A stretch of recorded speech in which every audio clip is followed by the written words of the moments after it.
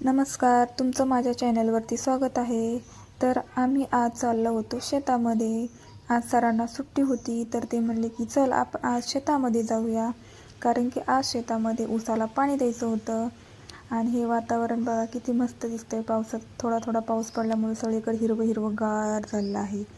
आणि मग आम्ही अशा प्रकारे शेतामध्ये चाललो होतो की तळाचं पाणी नळाला सोडलं होतं, त्याच्यामुळं नळाचं पाणी शेताला द्यायचं होतं. म्हणून ते म्हणले की नळाला कितीपर्यंत पाणी आले ते बघूया. म्हणजे बघा अशा प्रकारे नळाला पाणी सोडलं जातं आणि मग नंतर हे नळाचं पाणी शेताला दिलं जातं. म्हणून आम्ही बघायला चाललो होतो की नळाचं पाणी शेतापर्यंत आलं आहे का. म्हणून आम्ही दोघेजणं चाललो होतो बघायला.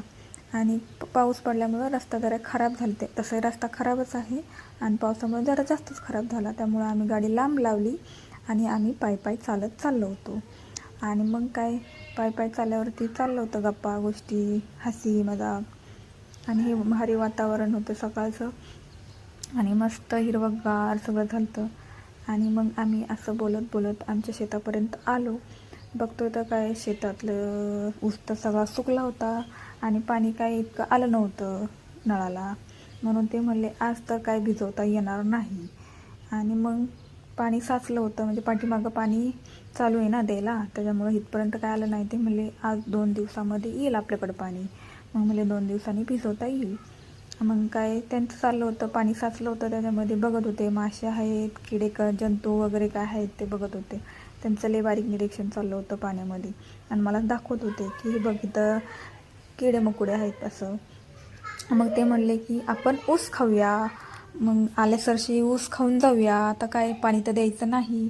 मग म्हणले की ऊस खाऊन जाऊ.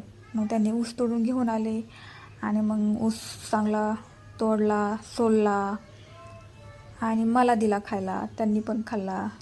आणि माझ्या चॅनलवरती कोणी नवीन असाल तर लाईक करा, शेअर करा, सबस्क्राईब करा आणि व्हिडिओ आवडल्यास नक्की कमेंट करून सांगा. मग अशा प्रकारे आम्ही ऊस खाल्ला आणि घरी निघालो. बाय.